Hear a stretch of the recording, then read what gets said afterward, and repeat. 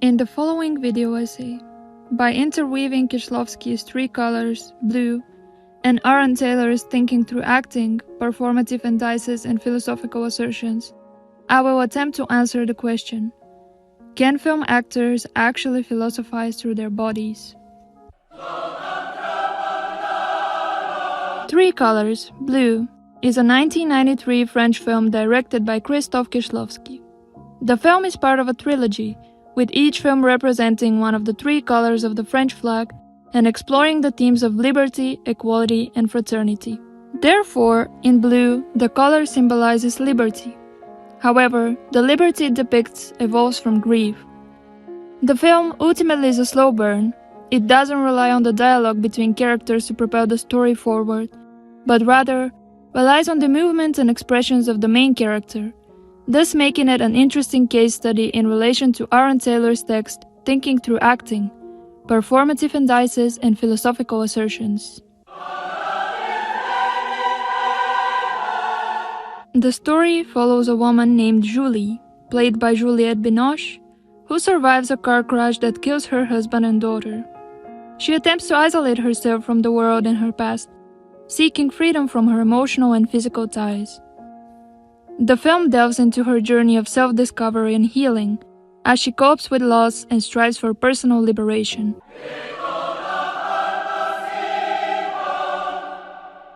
Let's begin by making Taylor's text a bit clearer.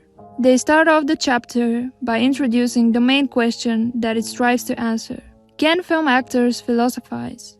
By arguing that, quote, to become cognizant of the underlying conceptual dimensions of screen acting is to recognize that our interest in actors' mimetic capacities and/or their cultural signification is neither axiomatic nor exclusive. It is my contention that the articulation of a philosophical assertion is the performative manifestation of a conceptual precept, the apprehension of which is integral to our sense of a work's significance, end quote. Which, in simple terms, means that in order to become aware of the fundamental aspects of screen acting, it is important to realize that our fascination with actors' abilities to imitate or convey cultural meanings is not absolute or the only factor at play. Rather, when an actor is expressing a philosophical idea, they are actually demonstrating a conceptual principle, and grasping this principle is essential to appreciating the importance of a piece of work. And Three Colors Blue is known for its introspective and emotionally charged exploration of grief and the human condition.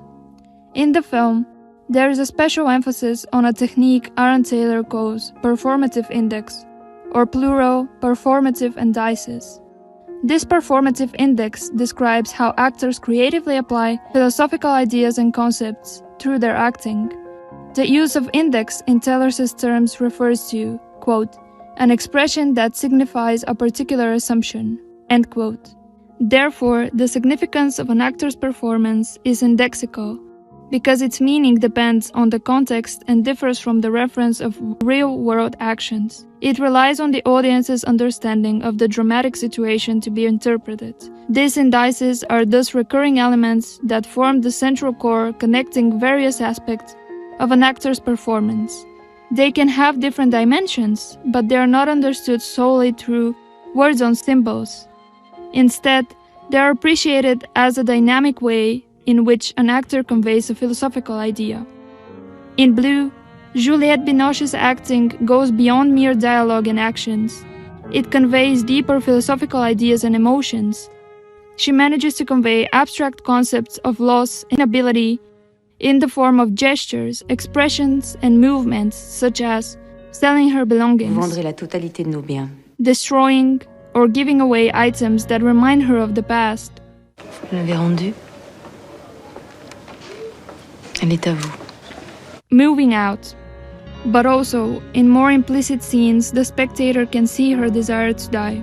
In the very opening, Julie can be seen to try and attempt to kill herself, as well as later when she is seen to be in a pool.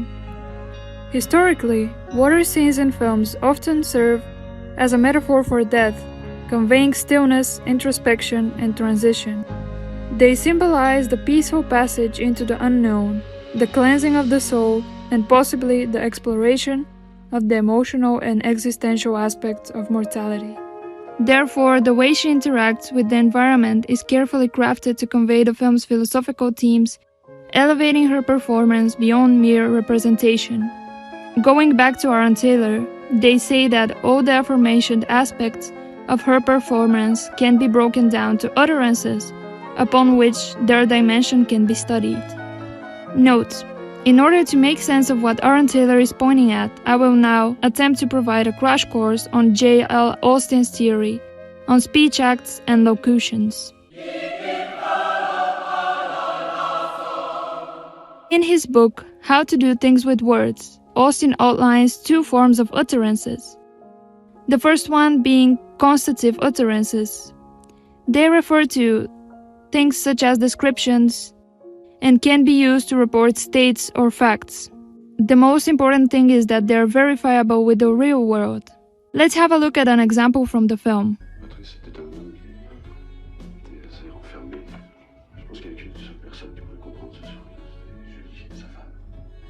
J'ai essayé de la convaincre de participer à cette émission.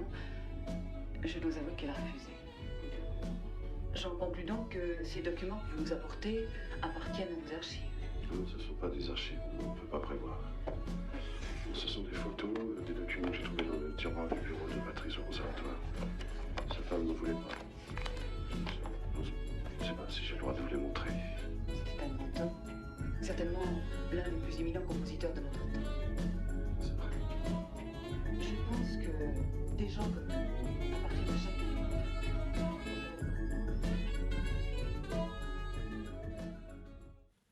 In this scene, Julie learns, through constative utterances, that her husband had an affair, which propels the story forward and provides factual background information on her husband's character.